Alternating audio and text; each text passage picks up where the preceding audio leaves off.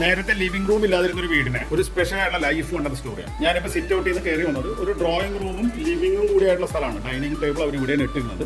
നോക്കി ആ ചെറിയ ഗ്യാപ്പിൽ ഡൈനിങ് ടേബിൾ ഇട്ട് അവിടെ വാഷ് ഏരിയ കൂടി വരുമ്പോൾ കൺജഷൻ ഒന്ന് ആലോചിക്കുകയും ഇത് അവരുടെ പഴയ കിച്ചൺ ആയിരുന്നു. ഇവിടെ ഒരു വോൾ കട്ട് ചെയ്ത് കളഞ്ഞതാണ്.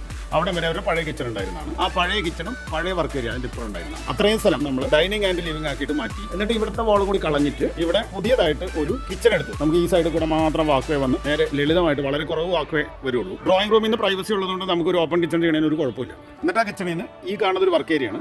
അതുപോലെ തന്നെ ബെഡ്റൂമിനെ വലുതാക്കുന്ന ഒരു പണി നമ്മൾ ചെയ്തിട്ടുണ്ട്. പഴയ ബെഡ്റൂം ഇത്ര ഉണ്ടായിരുന്നുള്ളൂ. ഇവിടെ ഇരുന്ന വാൾ, ആ വാളിന്റെ അപ്പുറത്തായിട്ട് ഉണ്ടായിരുന്നത് പഴയ ടോയ്ലറ്റ് ആണ്. അപ്പോൾ ആ ടോയ്ലറ്റ് ഉണ്ടായിരുന്ന സ്പേസും കൂടി ബെഡ്റൂമിനകത്തേക്ക് നമ്മൾ എടുത്തു. അപ്പോൾ നല്ല വലിയ ബെഡ്റൂം നമുക്ക് കിട്ടില്ലേ, ഇഷ്ടംപോലെ സ്ഥലമുണ്ട്. ആ ബെഡ്റൂമിന് നമ്മൾ ഇപ്പുറത്തെ സൈഡിൽ ഈ കാണുന്നത് ആ ബെഡ്റൂമിന്റെ ടോയ്ലറ്റ് ആണ്. അവിടെ ഡോറും കൊടുക്കും. അവിടെ വെന്റിലേഷൻ ഒക്കെ കിട്ടും. വളരെ കംഫർട്ടബിൾ ആയിട്ട് പ്രൈവസി ഉള്ള ഒരു ഡ്രോയിങ് റൂം. അത് കഴിഞ്ഞിട്ട് ഒരു ലിവിംഗ് റൂം, ഓപ്പൺ കിച്ചൺ അടക്കം ഡൈനിങ് അടക്കം മൊത്തം വിവരങ്ങളായിട്ട് വീണ്ടും വരാം. ആർക്കിടെക്ട് ശ്യാമാണ്, റിപ്പയർ കൊച്ചിയിൽ നിന്നാണ് സംസാരിക്കുന്നത്. നന്ദി.